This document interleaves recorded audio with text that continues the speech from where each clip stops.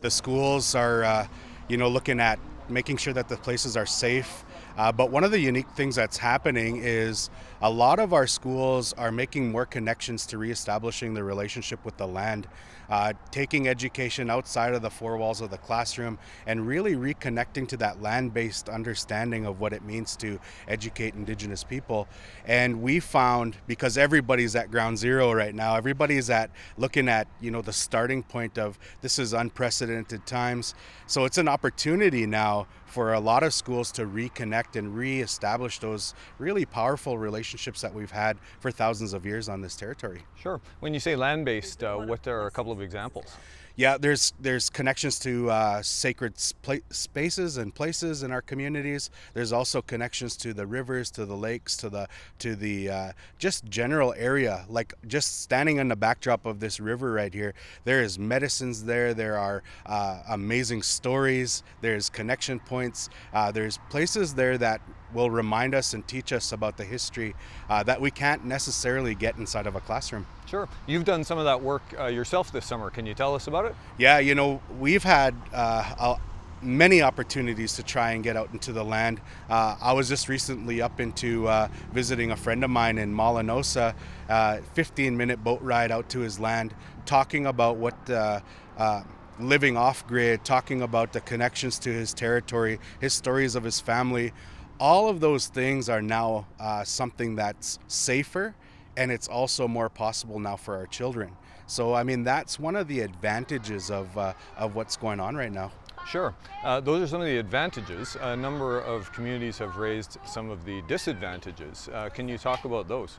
Yeah, we have, everything is, yes, we have our communities. One of the biggest things that we've, and the topics of discussion that we've had, is the transportation to school. In our communities, in our First Nation communities, busing is a huge part of our schooling, and they need the bus system in order to make it there. And we only get a certain amount of funding based on a certain amount of kilometers and how the federal funding works. And we don't know yet if there's gonna be an option, or there's gonna be some additional pieces being brought in to help support maybe 2 or 3 or 4 runs to come into the schools. There's some talk about making sure that our schools are safe, and some are talking about not opening. Some are talking about a soft opening. I mean, there's all of these discussions, and one of the things that's important to know is that each nation makes their own decisions based on their own school. It's different from our province. The province as a whole, a school division as a whole, will make a decision and it'll affect all the schools in that division. Each nation and each community will make that decision based on their own need and their own understanding.